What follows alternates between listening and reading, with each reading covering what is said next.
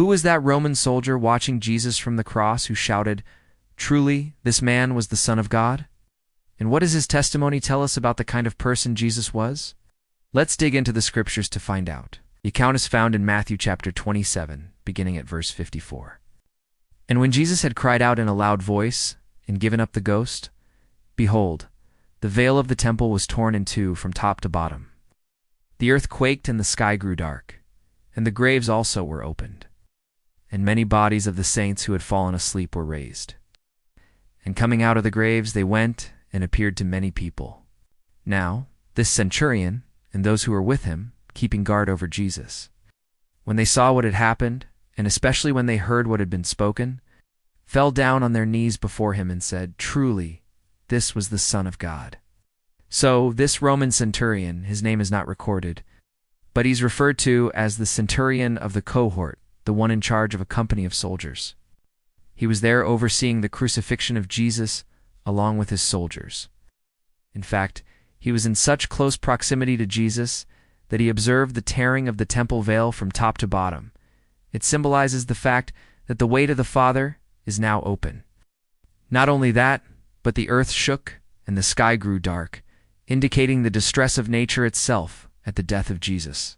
But most significantly, the centurion and his soldiers witnessed firsthand the amazing event of the resurrection. So when they realized who Jesus really was, what he just accomplished, we read that they fell down on their knees before him and they confessed, "Truly, this was the Son of God." Think about how hard it was for that Roman centurion to come to faith in Jesus. Why? Because he was a soldier in the Roman army that was there to crucify Jesus. But as he watched the events transpire, as he saw the tearing of the veil, as he felt the earthquake, as he saw the dead bodies rising from their graves, all he could do was fall to his knees and cry out, "Truly, this was the Son of God." Here's the amazing thing. It's a gospel writer, Matthew, who was a tax collector by trade, by the way, uses this Roman centurion as an example of faith. How do I know that? Because in Matthew's gospel, immediately following this account, Matthew records the testimony of another Roman soldier, the one who was in charge of guarding the tomb where Jesus was laid. Both of these men were part of the Roman Empire, the very system that crucified Jesus, yet both of them came to faith in him. Oh, what does that tell us about Jesus? That Jesus is able to save to the uttermost all who come to him, regardless of who they are or what they have done. Notice the centurion doesn't say, "I wish I could believe," or "I'm afraid I can't believe." He doesn't wrestle with his doubt. He simply falls to his knees and confesses, "Truly, this man is the Son of God." Are you struggling with your faith right now? Do you have doubts? Yes. Do you wonder if you can really trust Jesus?